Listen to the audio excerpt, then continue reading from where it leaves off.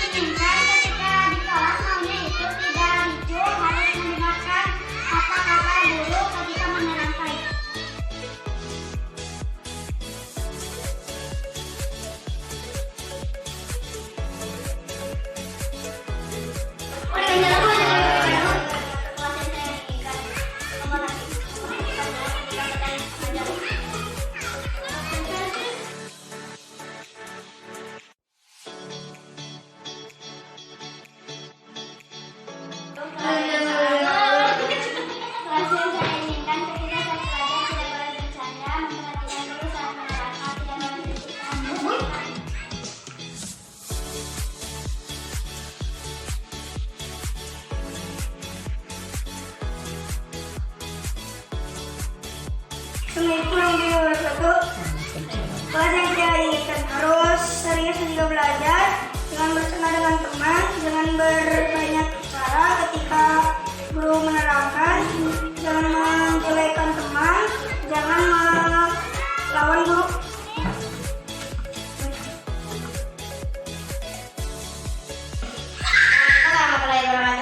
Nama saya David dari kelas 2 Parakan Manggu. Kelas yang saya inginkan jangan bercanda saat belajar, jangan mengejek dan harus sopan terhadap guru, menghormati guru.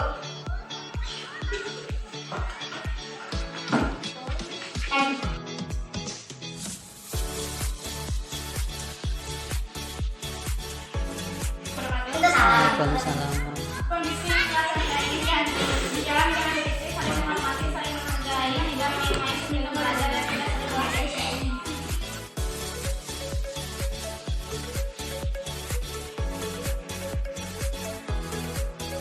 Assalamualaikum warahmatullahi wabarakatuh. Kelas saya meningkat memperhatikan guru sedang berbicara, tidak berisik, tidak mengganggu teman sedang belajar.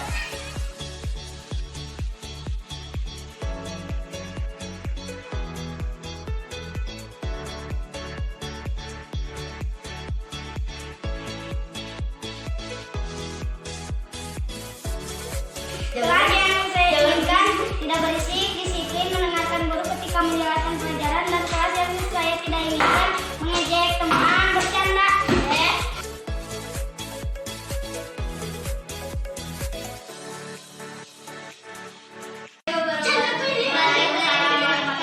Diam, saling menghargai, memperhatikan.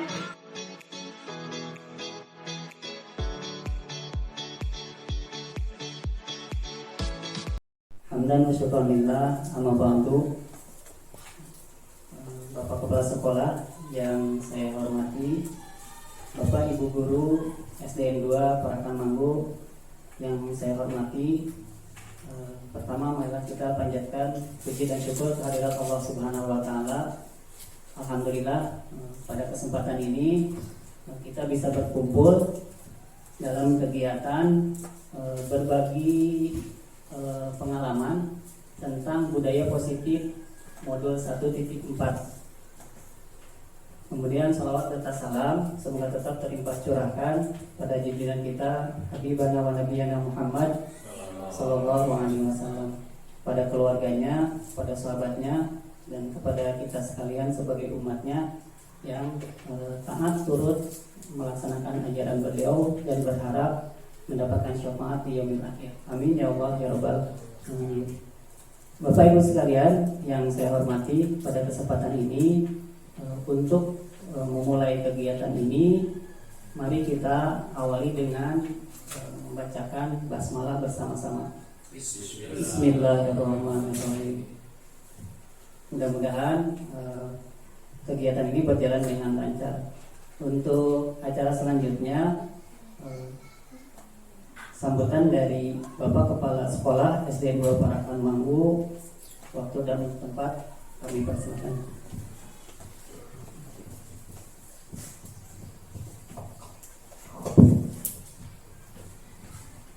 Assalamualaikum warahmatullahi wabarakatuh.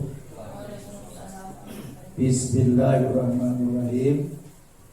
Yang terhormat guru-guru SDN 2 Parakan Manggu, saya akan menyampaikan sambutan dalam rangka seminar yang diselenggarakan oleh Pak Cecep sebagai pembelajar dari calon guru penggerak. Dalam hal ini beliau seminarnya itu adalah budaya positif yang dipelajari pada modul 1.4. Guru-guru yang saya hormati, ya, kami menyambut baik tentang acara ini sebagai lembaga pendidikan di sini SDN 2 Parakan Manggu. Ada salah satu guru yang mengikuti calon guru penggerak. Kami sangat berbangga karena hari ini merupakan awal dari kemajuan menjadi sekolah berprestasi Insya Allah nanti dia lebih dalam lagi ya, dan dalam memajukan sekolah SD 2 Parakan Nanggung. Kemudian merupakan juga motivasi daripada guru yang lain untuk mencontoh apa yang dilakukan oleh yang saya kagumi ya, Pak Cecep dalam ini. Demikian sambutan saya, mudah-mudahan bermanfaat. Assalamualaikum warahmatullahi wabarakatuh.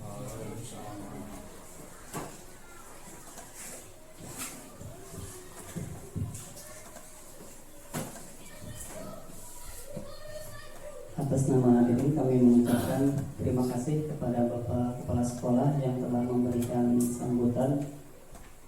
Untuk acara selanjutnya, acara inti yaitu tentang seminar budaya positif. Pertama, saya mohon maaf yang sebesar-besarnya. Sebelumnya di sini saya bukan ingin menggurui atau mengajari Bapak Ibu yang sudah pada profesional, tapi kesempatan ini sesi berbagi, jadi ingin berbagi tentang pengalaman yang saya dapat dari program calon guru penggerak. Kemudian saya ucapkan juga terima kasih atas kesediaan Bapak Ibu semuanya untuk menghadiri atau mengikuti kegiatan ini. Baik Bapak Ibu sekalian, apa kabar semuanya? Sehat? Alhamdulillah. Setelah kesibukan saya mengganggu aktivitasnya. Untuk selanjutnya tentang budaya positif dari program guru penggerak. Di sini saya sebagai CGP angkatan ke-6 dari Kabupaten Pangandaran. Ada pengajar praktik Ibu Hajah Karini Yuningsi dari SMPN 2 Parigi. Kemudian fasilitator adalah Niputu Sugilastini. Dari namanya saja sudah kelihatan ya Pak Bu, pasti ini orang Bali. Nah, orang Bali ya, betul sekali. Ini beliau orang Bali sebagai fasilitator. Kemudian adapun tujuan dari acara ini ya, jadi tujuan dari acara ini yang pertama berbagi pemahaman tentang konsep-konsep tentang budaya positif. Ada beberapa hal yang akan dibahas, yaitu perubahan paradigma belajar, ada disiplin positif, kemudian motivasi perilaku manusia, kebutuhan dasar, posisi kontrol restitusi, kemudian keyakinan kelas, dan segitiga restitusi. Kalau dilihat dari materinya cukup banyak juga, tapi mudah-mudahan tidak mengurangi semangat kita untuk berbagi. Jadi berbagi itu bukan hanya dari saya saja sebagai guru penggerak, tapi saya harapkan berbagi dari pengalaman Bapak Ibu semua yang hadir di sini. Jadi saya harapkan tidak hanya dari segi saya saja, tapi saya juga memohon masukan dari Bapak Ibu sekalian. Yang kedua, berbagi pengalaman dan pembelajaran setelah menerapkan konsep-konsep kunci tersebut di kelas. Jadi dari program guru penggerak ini tentunya ada bagian harus mempraktekkan sebelum diadakan seminar ini. Saya sudah mencoba mempraktekkan apa yang dipelajari di kelas. Kemudian tentang budaya positif ya. Sekilas saja tentang budaya positif itu yang kita pahami adalah apa Pak Bu? Budaya positif. Kebiasaan ya. Yang tersirat di pikiran kita pasti tentang kebiasaan. Berarti kebiasaan yang positif itu yang baik tentunya ya. Kebiasaan yang baik. Nah, bagaimana cara menerapkannya? Kita akan coba membahasnya. Sebelumnya untuk memperlancar kegiatan ini, kita akan mencoba membuat kesepakatan dalam kegiatan ini. Kesepakatan kita bersama untuk mengikuti proses kegiatan ini ingin bagaimana. Ya, di sini saya sudah menulis satu buah kata ya, kesepakatan kita, mudah-mudahan bisa disetujui oleh semuanya. Yang diantaranya adalah lancar. Nah, itu harapan saya. Mungkin ada harapan dari yang lain, kesepakatan kita ya efektif. Baik, terima kasih ya, efektif. Bisa nanti di sini kita tambahkan efektif.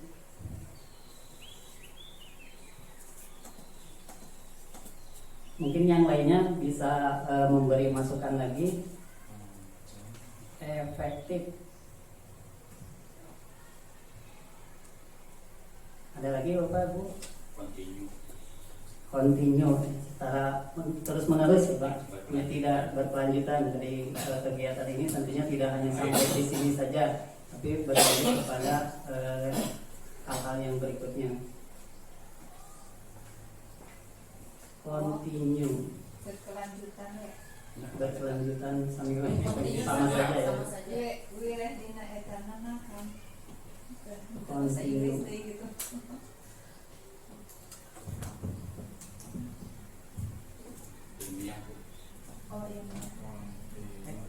Ya, sama kayak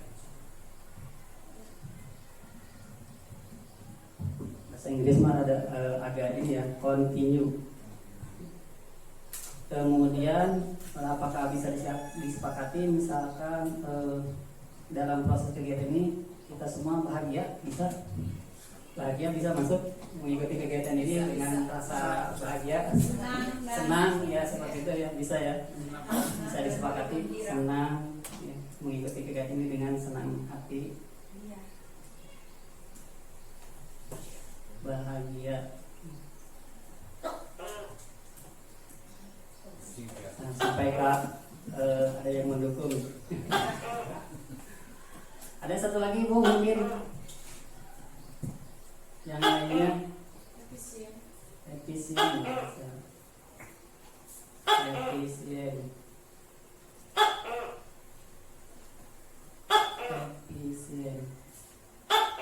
Nah, jadi diharapkan kesepakatan ini kita laksanakan bersama sebagai tanggung jawab bersama. Sudah disepakati semuanya, lancar, efektif, continue, bahagia, dan efisien. Baik, berlanjut Bapak Ibu sekalian. Nah, sebelum menerima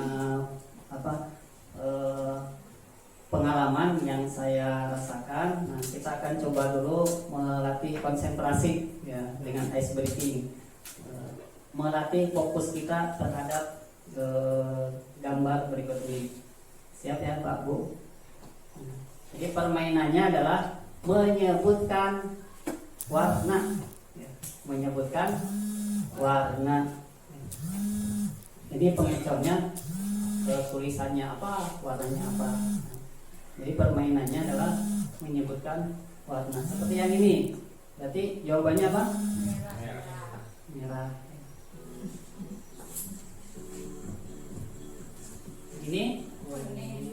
Ini ungu. Nah, seperti itu ya. Tuh hanya contoh saja. Siap ya? Nanti kita masing-masing saja menghitung berapa kesalahannya ya. Tidak usah dicatat atau bisa diperkirakan saja. Siap Pak Bu? Bismillahirrahmanirrahim. Ayo Bu, disebutkan. Hijau.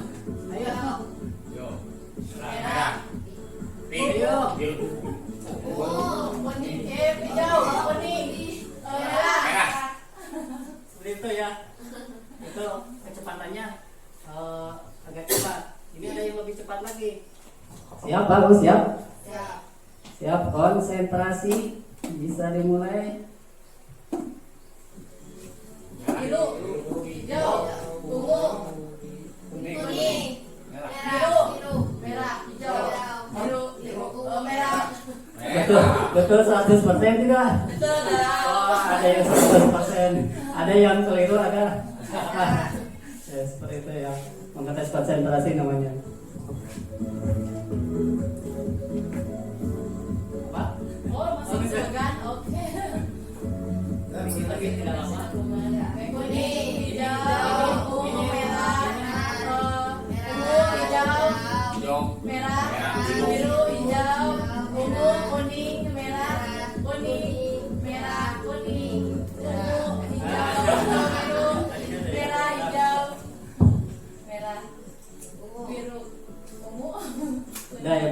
ya. Alhamdulillah sudah melaksanakan ice breaking. Di sana melatih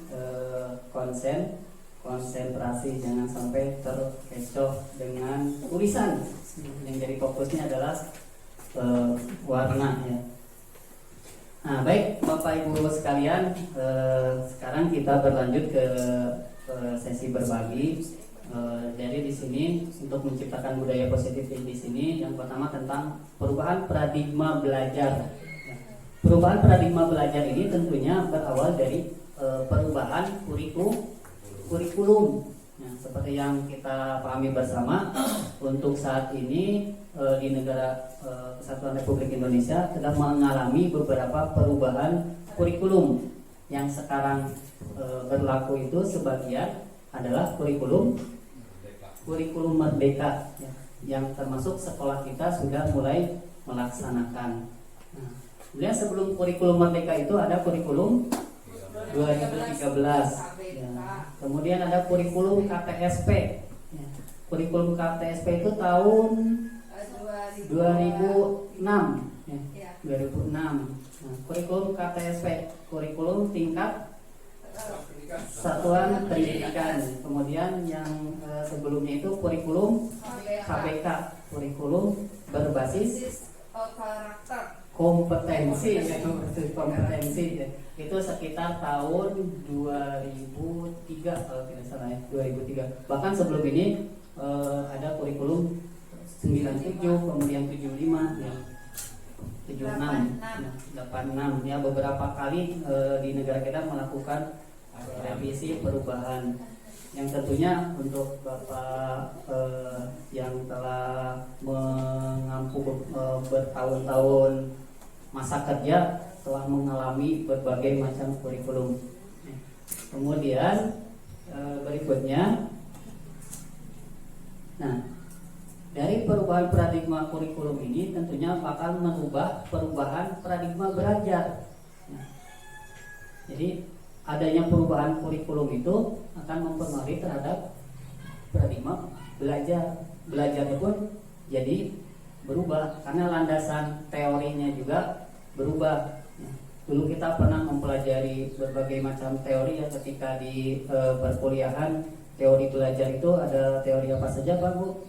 Yaitu teori behaviorisme, kemudian ada teori kognitivisme ya. Kemudian ada teori humanistik, ada teori konstruktivisme, nah ada teori kontrol. Nah di sini perubahannya adalah mulai dari teori stimulus respon itu termasuk teori behaviorisme. Jadi untuk teori behaviorisme, realitas kebutuhan kita sama. Jadi tanggapan teori ini bahwa kebutuhan kita adalah sama, kemudian semua orang melihat hal yang sama. Kemudian kita mencoba mengubah orang agar pandangan sama dengan kita.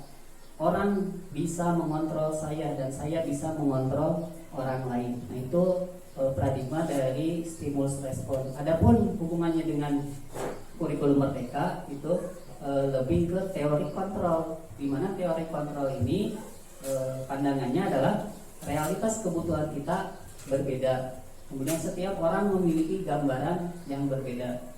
Kita berusaha memahami pandangan orang lain tentang dunia. Kemudian hanya Anda yang bisa mengontrol diri Anda, dan Anda tidak bisa mengontrol orang lain. Seperti itu ya untuk paradigma belajarnya.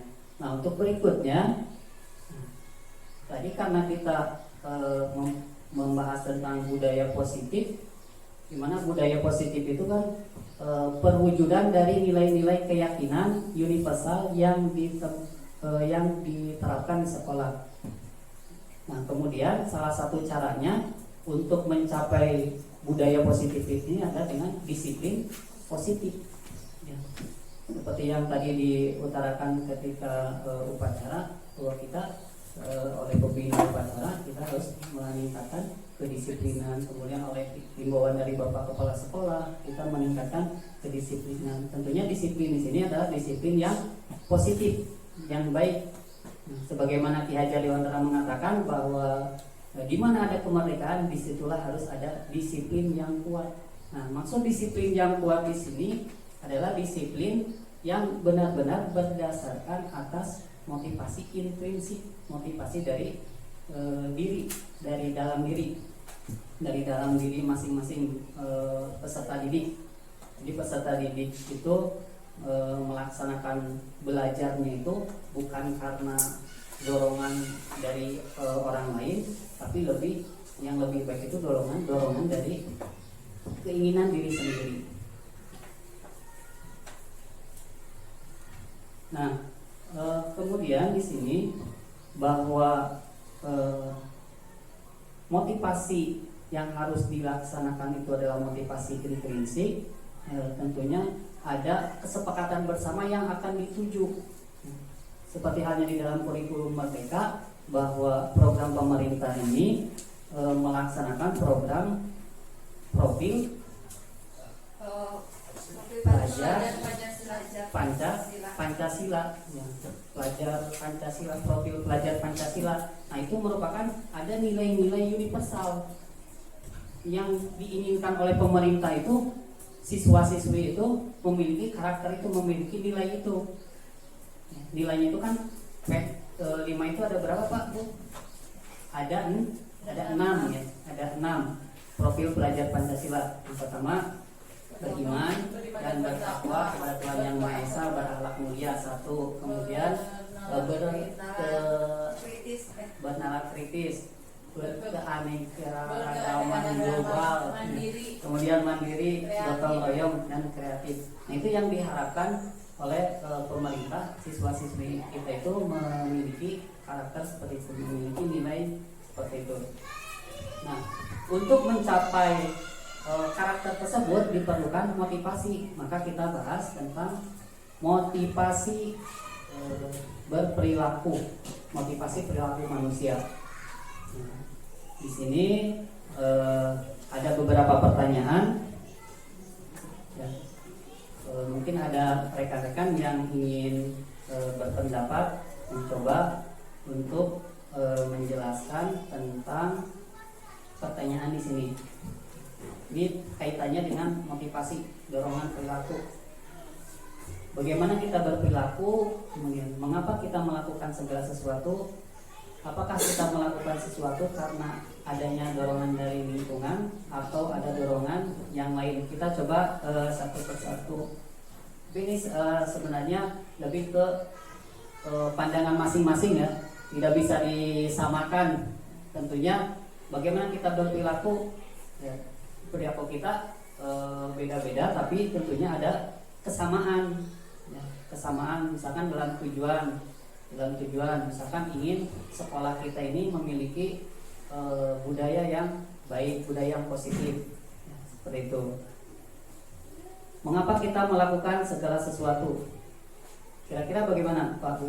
Mengapa kita melakukan segala sesuatu? Mencapai tujuan. Mencapai tujuan, bisa ya. Mengapa kita melakukan sesuatu? Ya, karena apakah kita melakukan sesuatu karena adanya dorongan dari lingkungan? Ada, ya, ada dari lingkungan. Lingkungan seperti ini, saya melakukan ikut seperti itu. Atau ada dorongan yang lain. Kalau konteksnya misalkan ke murid, nah, misalkan di dalam belajar, murid tentunya ada yang belajarnya karena benar-benar ingin bisa atau karena disuruh orang tua, ya, seperti itu. Kalau untuk kita sebagai orang muslim tentunya mengapa kita melakukan segala sesuatu? Kalau dari pandangan Islam tentunya kan tujuan tadi seperti yang diutarakan, mencapai tujuannya apa? Tujuannya adalah mencari ridho Allah Subhanahu wa Ta'ala, dikaitkan dengan agama kita seperti itu. Nah, berikutnya karena ini berhubungan dengan teori kontrol. Nah, teori kontrol ini tokohnya diantaranya adalah Diane Guyson, di mana dia mengungkapkan bahwa motivasi perilaku manusia itu terbagi ke dalam 3 bagian. Ya, di sini yang pertama untuk menghindari ketidaknyamanan atau hukuman. Jadi seseorang itu berperilaku karena tidak mau karena takut hukuman atau karena tidak nyaman. Supaya nyaman, jadi dilakukan. Supaya tidak terkena hukuman, dilakukan. Nah, kalau di murid kita tentunya contoh yang realnya adalah misalkan anak mengerjakan PR itu karena takut, misalkan karena takut dihukum misalkan. Yang kedua, motivasi itu untuk mendapatkan imbalan atau penghargaan dari orang lain. Jadi ada manusia yang berperilaku itu karena ingin mendapatkan imbalan atau penghargaan dari orang lain. Misalkan anak mengerjakan PR itu karena kalau saya suka mengerjakan PR, saya suka dikasih uang misalkan. Itu kan dorongannya, berarti dorongannya karena ingin uang.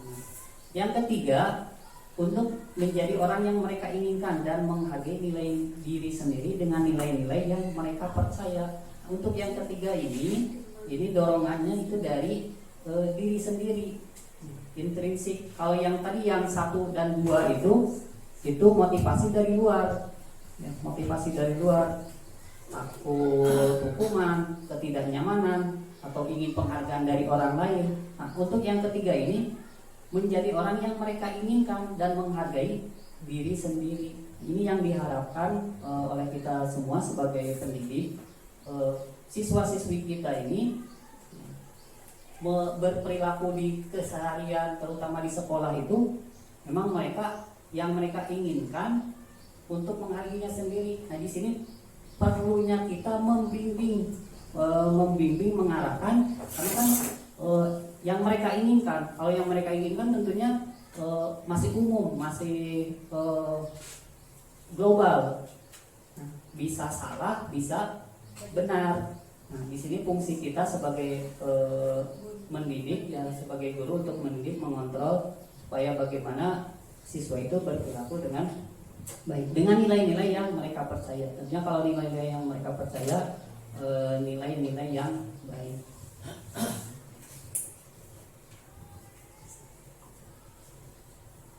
Kemudian selanjutnya, nah, setelah kita membahas motivasi manusia, perilaku manusia, tentunya dalam berperilaku itu ketika melakukan sesuatu itu, misalkan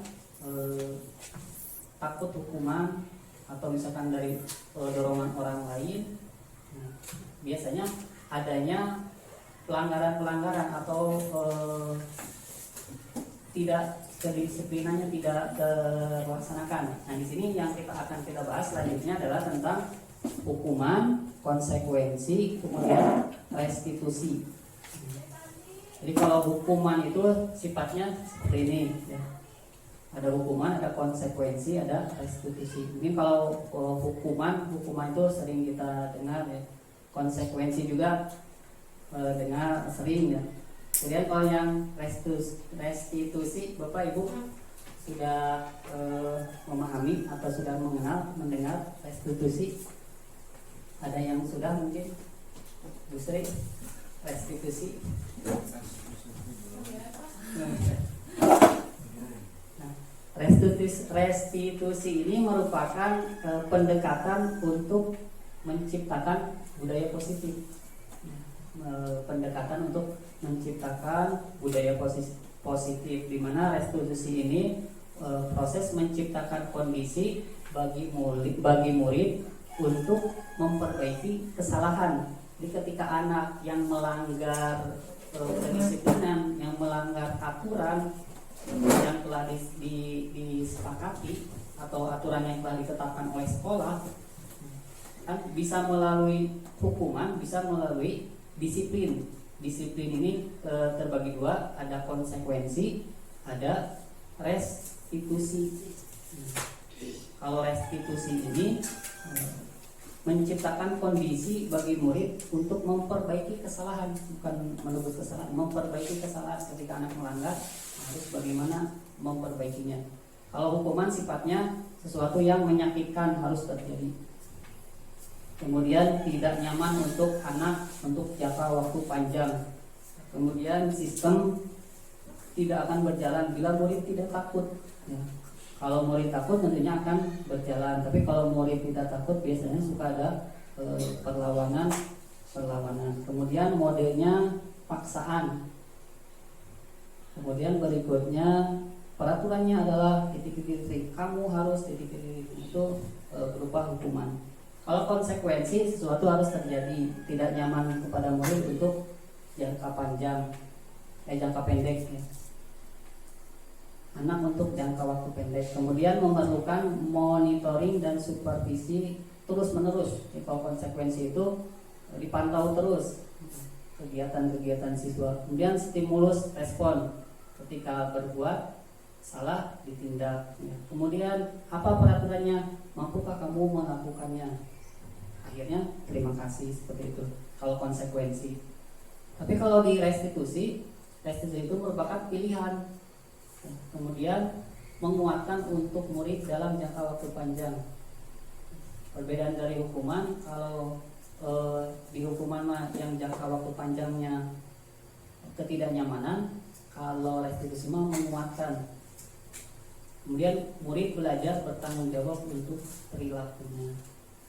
Restitusi sesuai dengan teori kontrol. Pertanyaan-pertanyaan yang disiapkan untuk restitusi, apa yang kamu yakini, apa yang bisa kamu lakukan untuk memperbaiki masalah ini. Jadi siswa itu diminta untuk mencari solusi sendiri ya, seperti itu. Di sekolah sendiri, untuk di sekolah sendiri berarti yang lebih tepatnya Pak untuk diterapkan mungkin lebih ke disiplin ya Pak. Karena untuk hukuman sendiri kan sekarang dilarang ya Pak untuk siswa gitu Pak, atau bagaimana? Ya itu tentunya yang diharapkan lebih baik itu yang disiplin, karena kalau seperti yang tadi dijelaskan untuk hukuman, memang untuk zaman sekarang beda ya Pak dengan zaman kurikulum yang sebelumnya, seperti itu. Nah, jadi kalau konsekuensi itu disetujui oleh murid, ada kesepakatan di ketika melanggar sesuatu konsekuensinya harus apa, seperti itu. Nah, berikutnya kita akan coba membedakan mana yang termasuk hukuman, mana yang termasuk konsekuensi ya, dari permasalahan yang akan ditampilkan. Jadi kalau hukuman mah berupa fisik, kemudian menyakitkan anak, tidak nyaman, bukan menyakitkan, tidak nyaman bagi anak. Kalau konsekuensi itu ketika dengan anak membuat kesepakatan, nah, tapi anak melanggar, maka itu yang dikerjakan. Nah, di sini ada beberapa kasus, ya, ada beberapa kejadian. Yang pertama, mencatat 100 kali di dalam buku kalimat saya tidak akan terlambat lagi karena terlambat ke sekolah. Nah, apakah peristiwa ini termasuk hukuman atau konsekuensi? Ada yang ingin berpendapat? Ya, tentunya alasannya ataupun hanya sebatas termasuk yang mana saja. Silakan. Kalau menurut saya Pak, untuk poin pertama yang mencatat 100 kali di dalam buku kalimat, kemudian saya tidak akan terlambat lagi karena terlambat ke sekolah, itu merupakan suatu hukuman karena bentuknya langsung nyata gitu Pak, dengan memberikan sanksi dengan mencatat 100 kali. Oke, hukuman. Ya. Ada yang berpendapat lain? Konsekuensi Pak. Konsekuensi. Ya. Mengapa saya memilih termasuk ke konsekuensi? Karena tadi pada dasarnya di awal kalau hukuman itu berhubungan dengan fisik yang menyakitkan kepada anak didik. Jadi oleh karena itu, karena ini tidak ada sentuhan terhadap fisik anak, maka saya pilih konsekuensi akibat. Ya. Terima kasih Bapak yang telah mengungkapkan pendapatnya. Ya, kita bahas bersama-sama. Kita teliti dari kalimatnya. Mencatat 100 kali di dalam buku kalimat saya tidak akan terlambat karena terlambat ke sekolah. Nah, kalau di sini termasuknya itu adalah ke konsekuensi. Kenapa masuk ke konsekuensi? Karena di sini ada hubungannya yang dilakukan dengan yang dilanggar. Dilanggarnya itu kan misalkan di sini terlambat. Yang ditulisnya itu saya tidak akan terlambat lagi. Kalau dengan misalkan terlambat tapi disuruhnya misalkan apa yang tidak ada hubungan push up seperti itu squat jam atau apa berupa fisik itu juga termasuk hukuman.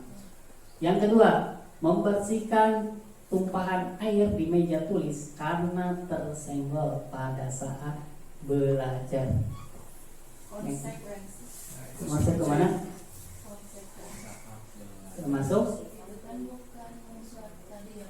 Hukuman. Yang tadi membersihkan tumpahan air di meja tulis. ya di sini masuknya adalah ke konsekuensi. Kenapa masuk ke konsekuensi? Karena dia yang menyenggol. Dia yang Jadi yang menyenggol, dia yang membersihkan. Itu konsekuensi ketika melakukan yang harus dibersihkan. menanggung jawab akibat. Ya, seperti itu. Kemudian berikutnya, berdiri di depan kelas sambil mengangkat kaki satu karena tidak bisa menjawab pertanyaan. Itu sudah jelas, ya, tidak ada kontroversi. Kita sepakat semua ini masuk ke dalam hukuman. Kemudian membersihkan coretan yang dibuatnya di meja tulis. Konsekuensi. Ini masuk ke konsekuensi. Dan yang terakhir, membersihkan WC sekolah karena mematahkan pensil kawannya. Konsekuensi.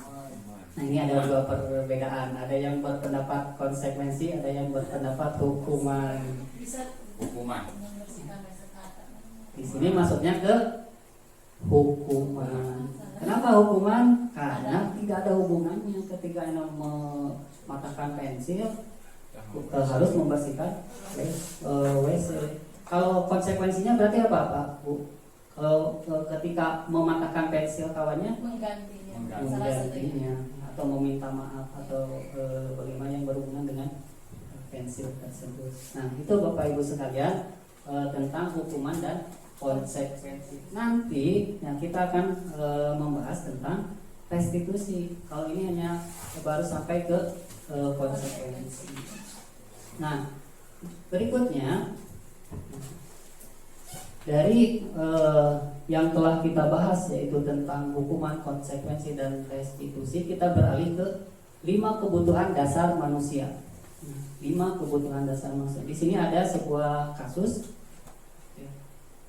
Kasusnya adalah Ibu Ambar, guru wali kelas 2A di SD Pelita Hati, sedang bingung menghadapi ulah salah satu murid di kelasnya, Doni. Beberapa anak di kelas 2A telah datang padanya dan mengeluhkan Doni yang seringkali meminta bekal makan siang mereka dengan paksa. Jika Anda menghadapi situasi seperti Ibu Ambar, apa yang akan Anda lakukan menurut Anda? Kira-kira apa yang apa alasan Doni melakukan itu? Bagaimana Pak, Bu? Kita pahami bersama. Sini ada seorang guru, kemudian didatangi anak-anak mengeluhkan bahwa Doni itu sering meminta bekal makan siang dengan paksa. Nah, ketika ada anak yang seperti itu, apa yang harus kita lakukan? Maksudnya itu ke sesama temannya atau? Ya, kepada temannya. Jadi Doni itu suka meminta makanan dengan paksa itu kepada temannya. Nah, menurut apa yang akan Anda lakukan? Apa yang kita lakukan sebagai guru ketika ada kejadian seperti itu? Berbagi sharingnya ya Mas, sharing berbagi pengalaman.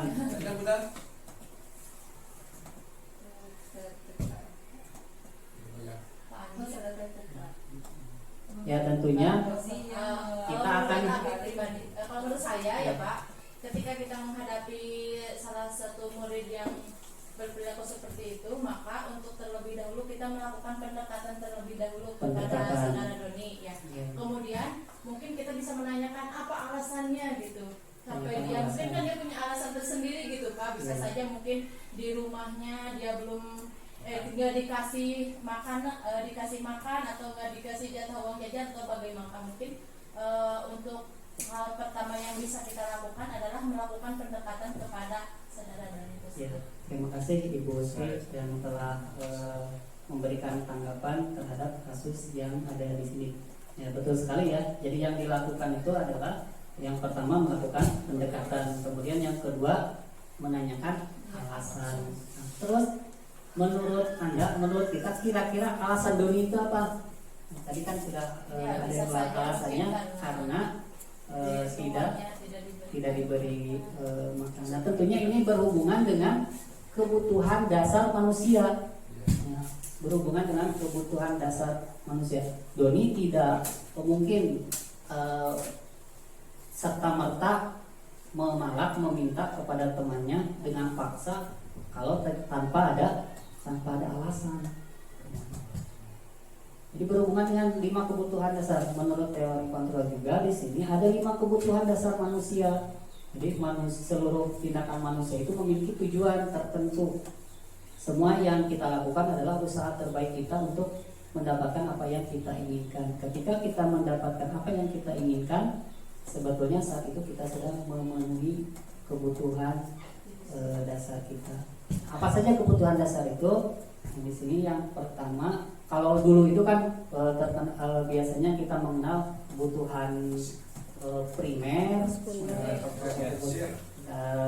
sekunder, kemudian tersier. Kalau pandangan dari teori kontrol, di sini 5 kebutuhan dasar itu. Yang pertama bertahan hidup, kebutuhan bertahan hidup. Nah, kebutuhan bertahan hidup ini ada kaitannya dengan kebutuhan primer, ya.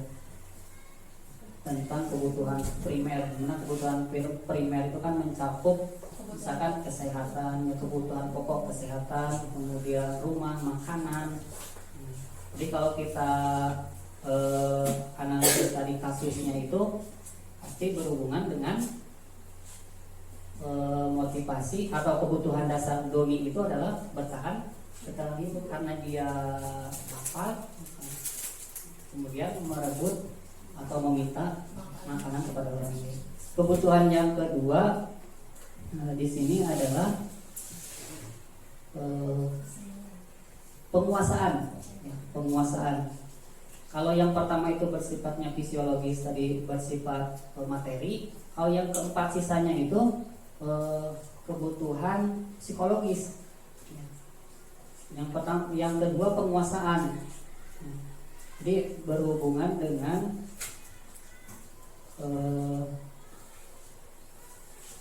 mencari sesuatu untuk menjadi tampil, diakui, ingin diakui. Jadi anak itu melakukan sesuatu itu karena ingin diakui. Seperti itu. Pasti kalau pelanggaran-pelanggaran yang anak yang memiliki keinginan penguasaan itu, misalkan ada dulu pernah berbincang dengan Pak Kepala Sekolah, pengalaman beliau mengutarakan sekolah ada anak yang menguasai teman-temannya. Seperti itu ya Pak, pernah kita berdialog. Ada sekolah, ada anak yang kalau anak-anak teman-temannya tidak takut oleh guru, ada yang tidak takut oleh guru, tapi kalau seorang anak yang menguasai itu ditakuti. Tapi alhamdulillah di sekolah kita tidak ada yang seperti itu. Itu penguasaan. Yang kemudian kasih sayang. Nah, di kebutuhan dasar manusia, kita sebagai manusia itu memerlukan kasih sayang dan rasa diterima. Ini meliputi hubungan dan koneksi sosial, kebutuhan untuk memberi dan menerima kasih sayang, dan kebutuhan untuk merasa menjadi bagian dari suatu kelompok. Nah, kalau diaplikasikan dalam pembelajaran, anak yang memang cari perhatian kepada kita, ya, seperti itu. Nah, ini merupakan kebutuhan anak tersebut adalah kasih sayang. Kemudian kebebasan. Nah, kebebasan ini kebutuhan akan kemandirian, otonom, memiliki pilihan dan mampu mengendalikan arah hidup seseorang.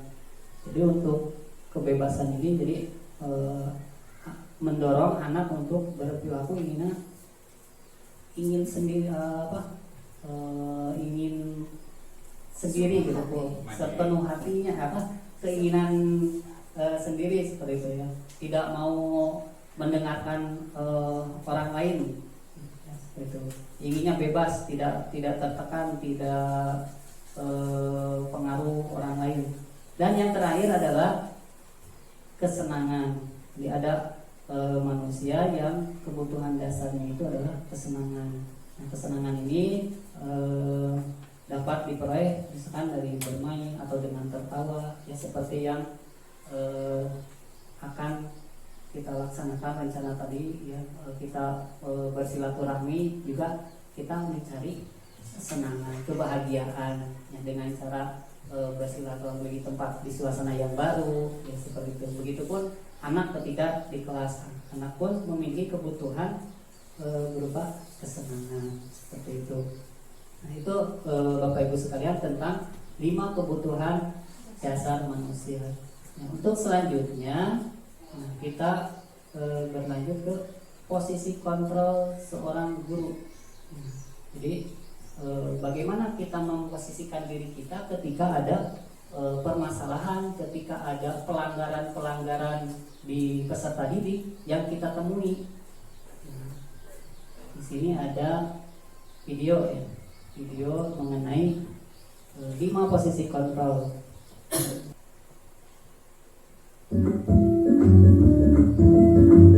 Durasinya 10 menit. Bahagia Ibu dan Bapak Guru hebat.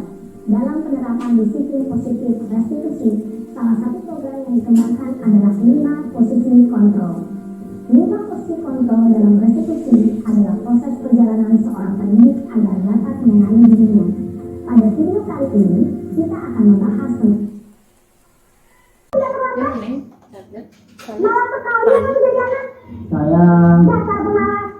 Gak masuk kapok sih kamu. Sudah berapa kali terlambat?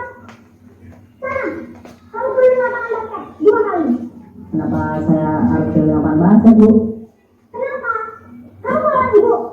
Berani-beraninya jawab. Di awal Pak. Sudah terlambat, masih berani jawab pula. Sekarang, keliling lapangan basket 5 kali sekalian. Biar kapok. Cepat, pergi ke lapangan basket. Posisi penghukum biasanya berbicara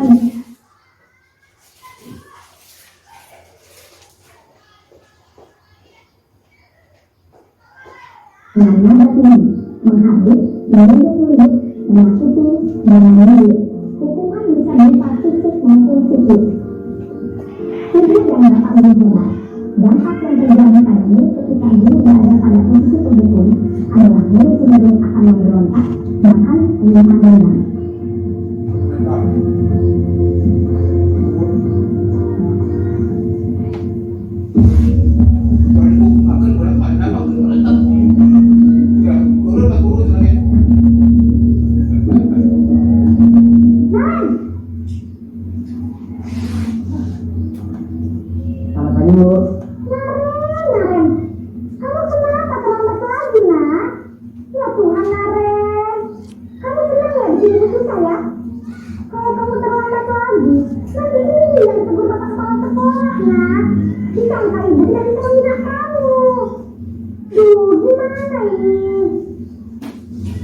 Maaf Bu.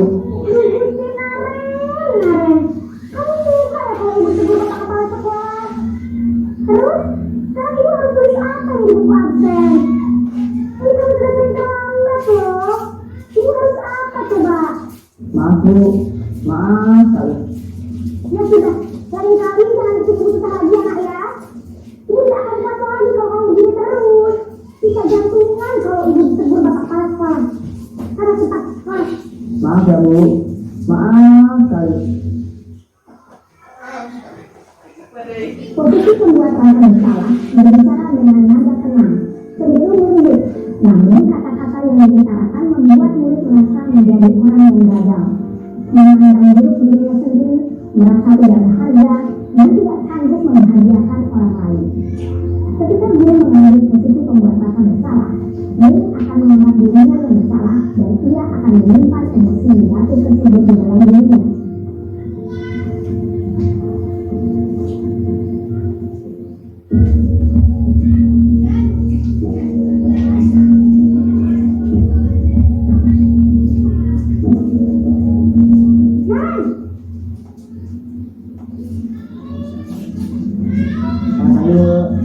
Wah, sudah berapa ini nak? Selamat aja sayang. Iya bu, habis ibu saya lupa bangunkan saya bu. Kamu malah menyalahkan ibu kamu. Kamu bukan anak yang lagi pakai kencang. Kok terlambat sih? Iya bu, saya memang sangat bangun tadi. Jadi biarpun saya kencang, tetap dari sini bu. Ya sudah sana. Nanti lain kali larinya lebih kencang lagi ya. Biar gak terlambat lagi. Bikin senang ibu. Demi ibu. Bisa kan? Bisa bu. Ya sudah sana di sekolah. Sudah beresin urusan absen kamu. Kamu ini ada-ada saja. Dari bukti teman, dia berbicara dengan nada suara ramah, akrab, kemudian bertindak dulu untuk menjaga suasana tetap santai. Dia akan merasa senang, aman, dan akrab dengan diri. Identitas yang tercipta adalah identitas sukses atau berhasil. Namun, perlu diingat, karena ini masih golongan eksternal, maka ada faktor ketergantungan yang diri kepada orang tertentu. Di sini, diri absennya, sebentar lain waktu, diri bisa berperilaku baik, namun hanya kepada orang-orang tertentu saja.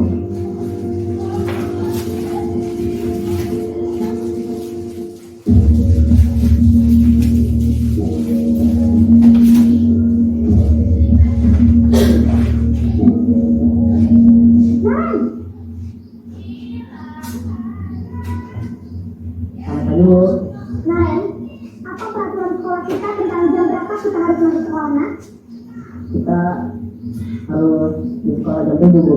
Iya betul, sekarang sudah jam 7.20. Naen sudah tahu konsekuensinya jika terlambat hadir.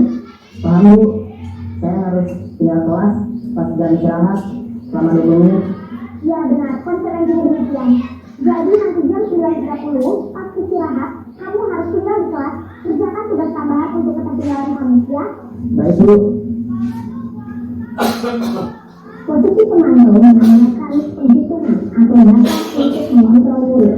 Guru mengarahkan murid berdasarkan peraturan dan konsekuensi. Seorang pemantau menunjukkan bahasa tubuh dan ekspresi wajah yang datar dan cenderung formal. Ini bagian yang berhasil.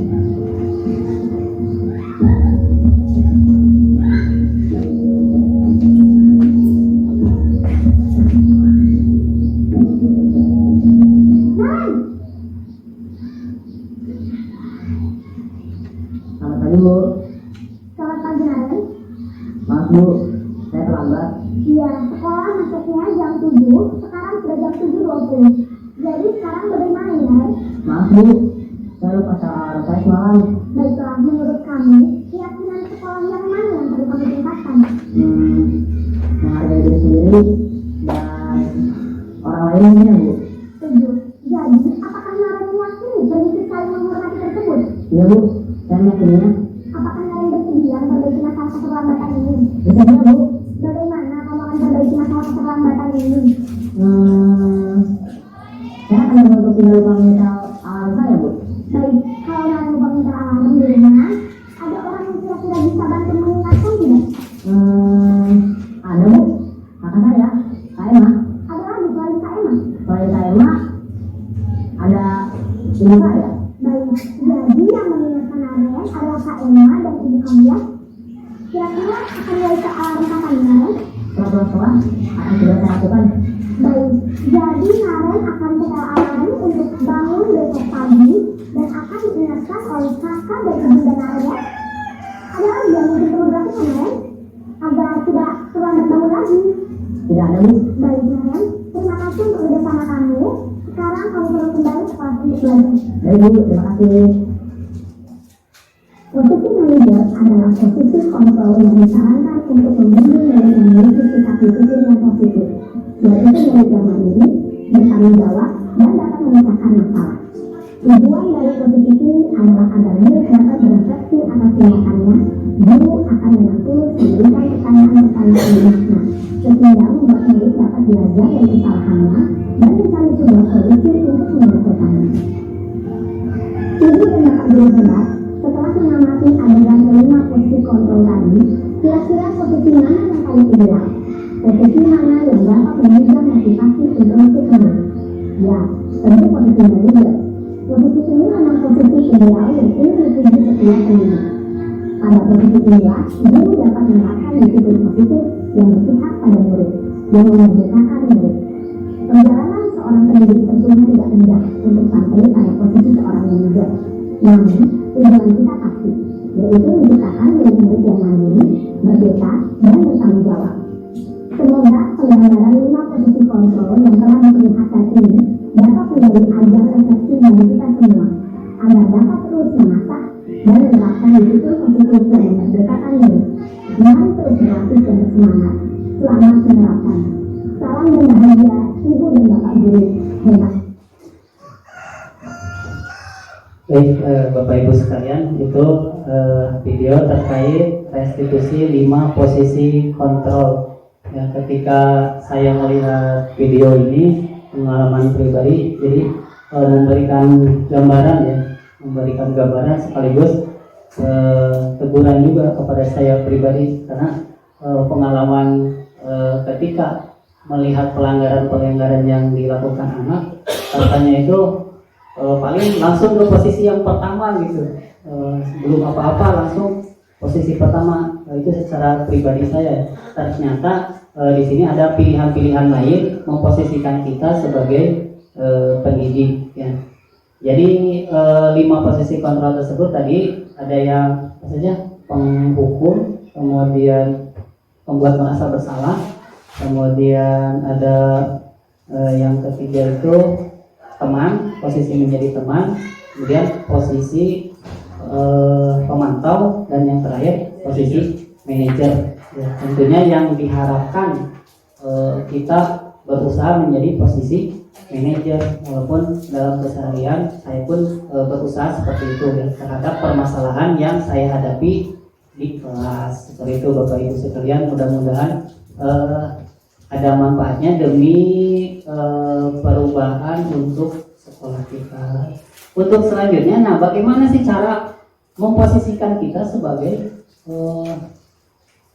manajer, menjadikan posisi kita sebagai manajer? Sekilas tadi kan dapat dilihat perbedaannya, bahwa manajer itu bagaimana Pak Bu? Menanyakan dulu kan, bertanya. Nah di sini lebih jelasnya posisinya itu di segitiga restitusi.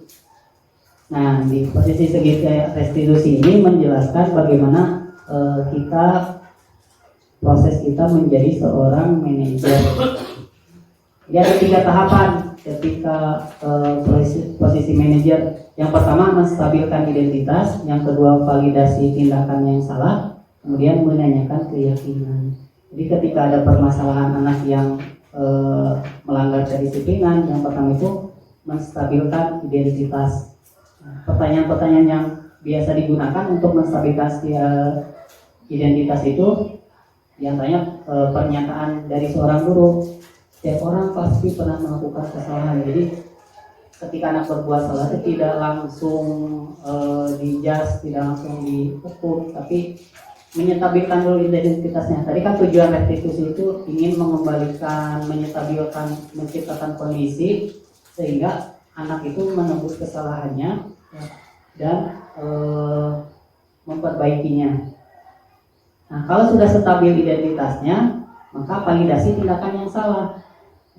Contoh kalimatnya, kamu tentu punya alasan mengapa melakukan itu. Jadi ditanyakan alasan. Dari sebenarnya dalam sehari-hari tentu pengalaman dari Bapak Ibu lebih banyak, ya, dalam penerapan. Cuma bahasanya saja mungkin baru ketahuan kalau ternyata ini restitusi, padahal itu kebiasaan sehari-hari seperti itu. Nah, yang terakhir baru menanyakan keyakinan. Keyakinan kelas apa yang telah kita sepakati? Kamu ingin menjadi orang yang seperti apa? Itu pertanyaan yang penting. Kamu ingin menjadi orang yang seperti apa? Jadi pasti jawaban anak itu yang baik pasti. Dan itu yang diharapkan sehingga nanti memperoleh solusi seperti itu. Nah, itu Bapak Ibu sekalian yang berikutnya, nah, ini adalah salah satu contoh restitusi yang saya lakukan. Ini sekilas saja.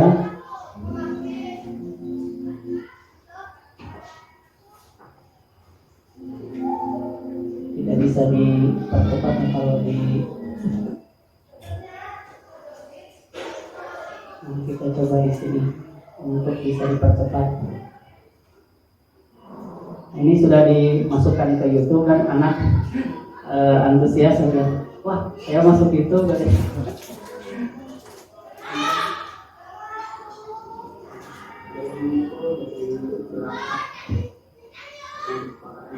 Ini tahapannya, cepat-cepat saja ya Pak Bu.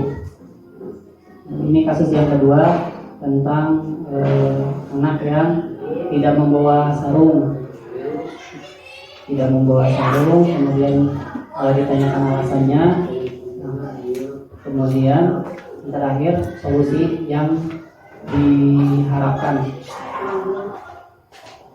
Kemudian di sini ada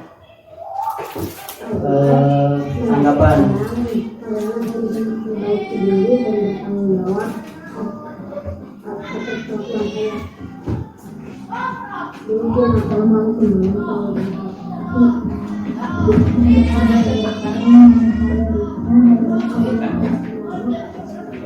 Itu ya Bapak Ibu sekalian. Nah, yang terakhir di sini ada hal-hal yang telah saya lakukan ya, di kelas, dari mulai kelas 1 sampai kelas 6 saya mencoba melaksanakan atau membuat kesepakatan kelas. Mulai dari kelas 1 ini seperti ini, karya kelas 1, keinginan anak, kondisi kelas itu seperti apa.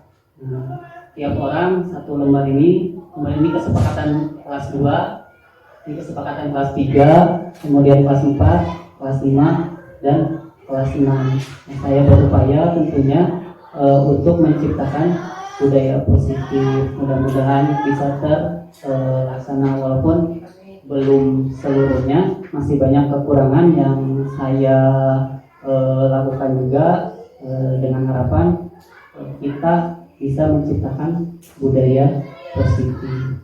Itu saja yang dapat saya sampaikan. Mungkin ada pertanyaan atau tanggapan dari Bapak Ibu. Apakah dua patah kata? Assalamualaikum warahmatullahi wabarakatuh. Waalaikumsalam warahmatullahi wabarakatuh.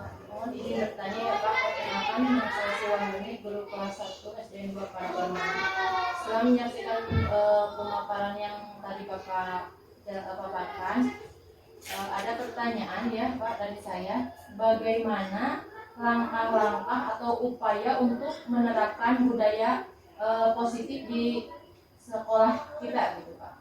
Mungkin seperti itu pertanyaannya. Assalamualaikum warahmatullahi wabarakatuh. Ya, terima kasih Ibu Sri yang telah memberikan tanggapan sekaligus ada pertanyaan. Langsung saja untuk masalah bagaimana cara menerapkan disiplin positif di sekolah kita. Tentunya seperti yang tadi dijelaskan bahwa budaya positif ini adalah harapan kita semua, keinginan kita semua. Nah, budaya positif bisa terjadi dengan adanya lingkungan yang positif. Lingkungan positif bisa terjadi dari keyakinan kita semua, keyakinan kelas, keyakinan sekolah. Dari keyakinan ini berawal dari kesepakatan kelas. Menurut saya seperti itu Pak Ibu ya, bahwa untuk menciptakan budaya positif di sekolah ini berawal dari lingkungan. Nah, kemudian dari lingkungan itu berawal dari keyakinan. Dari keyakinan itu berawal dari kesepakatan kita dengan murid, kesepakatan kita antar guru. Seperti apa sih sekolah yang kita inginkan? Seperti apa sekolah yang kita yakini? Nah, baru setelah itu menciptakan lingkungan yang positif. Nah, dengan lingkungan yang positif maka akan terjadi budaya positif. Itu saja yang dapat saya sampaikan. Ada dari yang lain? Ya, terima kasih Bapak Ibu sekalian, Bapak Kepala Sekolah dan Ibu Guru sekalian. Mohon maaf dari segala kekurangan.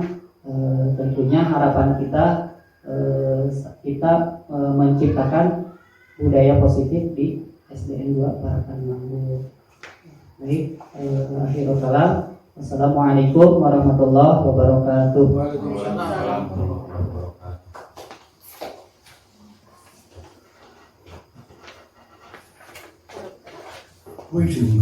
Assalamualaikum warahmatullahi wabarakatuh. Saya nama Supriyatna yang kebetulan bertugas di SD 2 Parakan Manggu. Setelah menyikapi tadi apa yang dilakukan atau diadakan oleh Pak Sulaiman SPDI dalam rangka melaksanakan tugas tentang calon guru penggerak, dan materi yang disampaikan tadi tentang budaya positif atau disiplin budaya positif, saya sangat setuju sekali dan saya memberikan support yang baik. Semoga apa yang saya laksanakan dalam melaksanakan tugas tersebut ada hikmah bagi kita semua selaku warga SD 2 Parakan Manggu pada khususnya dan umumnya bagi guru-guru yang ada di wilayah Kecamatan Parigi. Untuk selanjutnya, semoga apa yang pada saat laksanakan itu makin berkembang, makin memberikan motivasi kepada guru-guru yang lain untuk mengikuti atau menjadi calon guru penggerak.